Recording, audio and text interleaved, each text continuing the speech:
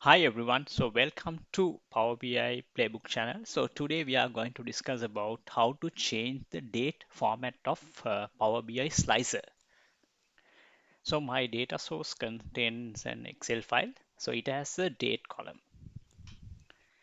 So now I'm going to load a slicer uh, visual here, and then I try to load the data field into this, right? So it comes as a roller here.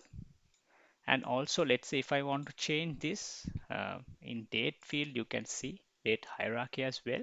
So you can add date hierarchy. So then here it will display in this manner. So then if we remove the date, so it will display in this manner, right? So if you add again this one, so it will display accordingly, right? So this is the typical way that we can get the data date field in a slicer.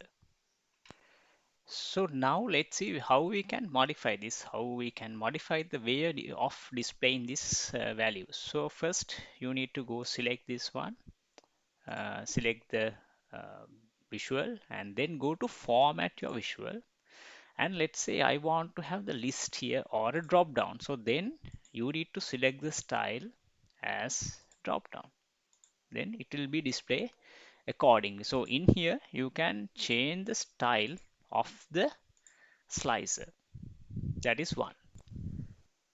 So at the same time, let's say I want to change the way that the date is displaying here. So then again, you need to go to in the format section general and you need to select the here there's a area called date format. You need to select the date format. Let's say I want dd-mm-yyyy. So let's say if I set it to like that, so as you can see the date is coming accordingly. So here when you go to the format, you can let's say if you want to have multiple dates to be selected, so everything is possible. Let's say if you want to delete multiple selections, so there it will come according only single select. So let's see, so then here only the single select can be done here. Like that, all the formatting related to this slicer can be done in this format area. So thanks for watching my video, and please join with the next video as well.